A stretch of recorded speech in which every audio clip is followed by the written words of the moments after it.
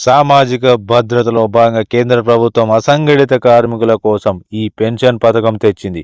వృద్ధాప్యంలో శ్రామికులకు భరోసానిచ్చే ఈ పథకంతో తక్కువ ఖర్చుతో నెలవారీ పెన్షన్ పొందే సౌకర్యం ఉంది.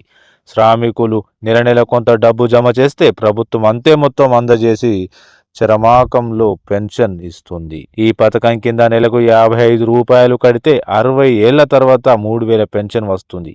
ఈ పథకం అసంఘటిత కార్మికులకు వృద్ధాప్యంలో ఆర్థిక భరోసా ఇస్తుంది. తక్కువ ఖర్చుతో నెలవారీ పెన్షన్ పొందవచ్చు. మీరు డబ్బు కడితే ప్రభుత్వం కూడా కడుతుంది. స్వీపర్లు, చాకళ్ళు, రిక్షా కార్మికులు, ఇటుక బట్టి కార్మికులు దీనికి అర్హులు. 18 నుంచి 40 ఏళ్ల మధ్య ఉన్న వాళ్ళు ఈ పథకంలో చేరవచ్చు. నెల ఆదాయం 15,000 లోపు ఉండాలి. 18 ఏళ్ల వయసులో చేరితే నెలకు 55 రూపాయలు కట్టాలి. వయసు పెరిగే కొద్దీ కట్టే డబ్బులు పెరుగుతాయి. 60 ఏళ్లు దాటితే 3000 పెన్షన్ వస్తుంది. ఈ పథకం 2019లో మొదలైంది. కార్మికులకు ఇది చాలా ఉపయోగకరమైనది.